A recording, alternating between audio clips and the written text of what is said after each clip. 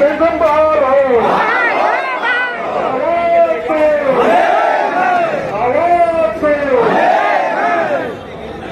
इस कार्यक्रम की अध्यक्षता कर रहे हैं हमारे परिषद के अध्यक्ष आदरणीय वर्मा जी, वरिष्ठ उपाध्यक्ष आदरणीय गोलू प्रसाद जी, हमारे महामंत्री आदरणीय गोलू प्रसाद जी, साथ में हमारे ये जितने कर्मचारी यहाँ खड़े हुए हैं, हमारे शिक्षा विभाग के पदाधिकारी खड़े हुए हैं, संख्या में नाम इसमें नहीं दूंगा कि बहुत लोगों को बोलना है। सबका हार्दिक अभिनंदन है, वंदन है और सबको हम प्रणाम करता हूँ। हमारे बीच नए साथियों के साथ हमारे पुराने साथी भी लगे हुए हैं। हमारी खिलाड़ी सुरक्षित भी मौजूद है, इनका भी बहुत बहुत आभार अपनी पूरी टीम के साथ यहाँ है।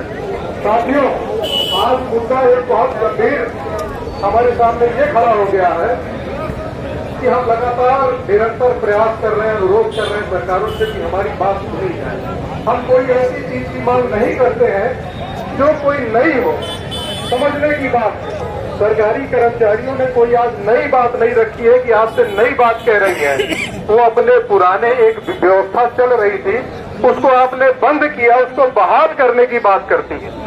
कोई नया वित्तीय बोर्ड जैसा सरकारें दिखाती कि हमारे आर्थिक कितना वित्तीय बोर्ड था पेंशन से, तो आप बताइए इतने दिन सरकारें चली कैसे, इतना देश हमारा विकास कैसे किया।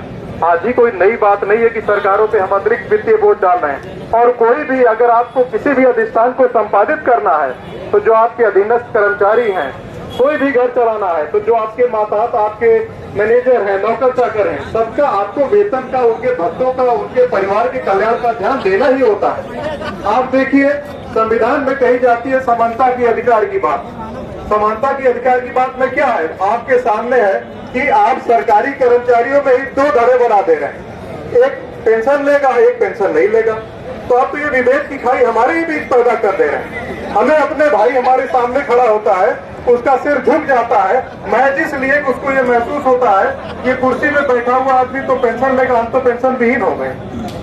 सेवा शर्तें वही हैं, नौकरी की टर्म्स एंड कंडीशंस वही हैं। ऐसा क्यों कर रहे हो भाई? अब सरकार से बार बार कर्मचारी यही तो अनुरोध कर रहा है।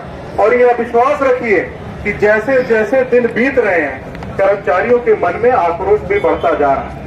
हम सरकारों से अनुरोध करेंगे, माननीय मुख्यमंत्री जी से, माननीय प्रधानमंत्री जी से अपील करेंगे, इन लाखों कर्मचारियों के आप गुस्से को समझें। ये आक्रोश है उनका, इस आक्रोश का कोई ना कोई हल आगामी चुनाव के पहले आप निकालने का प्रयास करें।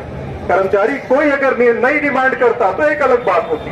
वो हमेशा यही कह रहा है कि आप हमारी पेंशन बहाल करें। हमें आशा ही नहीं, विश्वास भी है कि जैसे हम चिंतित हैं वैसे सरकारें भी चिंतित होगी। ऐसा नहीं है कि उनके पास संवेदनशीलता नहीं होगी। इन्हीं आशा के साथ, इन्हीं विश्वास के साथ कि अगर सरकारें फिर भी नहीं चेतती हैं, उनकी संवेदनशीलता पब्लिक में नहीं दिखाई देती है, वो दिखनी भी तो चाहिए। माननीय न्यायालय में ले जाके अगर आप रिट करके किसी चीज को खत्म कर देंगे और विचाराधीन कर देंगे तो समस्या का समाधान कैसे होगा? तो हम यही सरकारों से इस मंच के माध्यम से अपील करेंगे कि हम अनुशासित कर्मचारी हैं और सदैव शांति से डिमॉन्स्ट्रेशन जो हमारा अधिकार है, जो लोकतंत्र में हमें अधिकार मिले हैं, उन सीमाओं को न लांघते हुए एकदम शांति से अपनी बात आपके सामने रखे हैं और निरंतर रखेंगे। और इसका पीछे का इतिहास भी है कि आदरणीय बीएनसी साहब, आदरणीय हमारे शुक्ला जी, इन लोगों ने हमें वही सीख दी है कि शांति से भी हम अपनी बात रख सकते हैं। गांधी के रास्ते पे चलते हुए भी हम विजय हासिल कर सकते हैं। आप निराश मत होइएगा, विश्वास रखिएगा, हमें एक न एक दिन पुरानी पेंशन बहाल कराने में सफल होंगे। कर्मचारी आवाज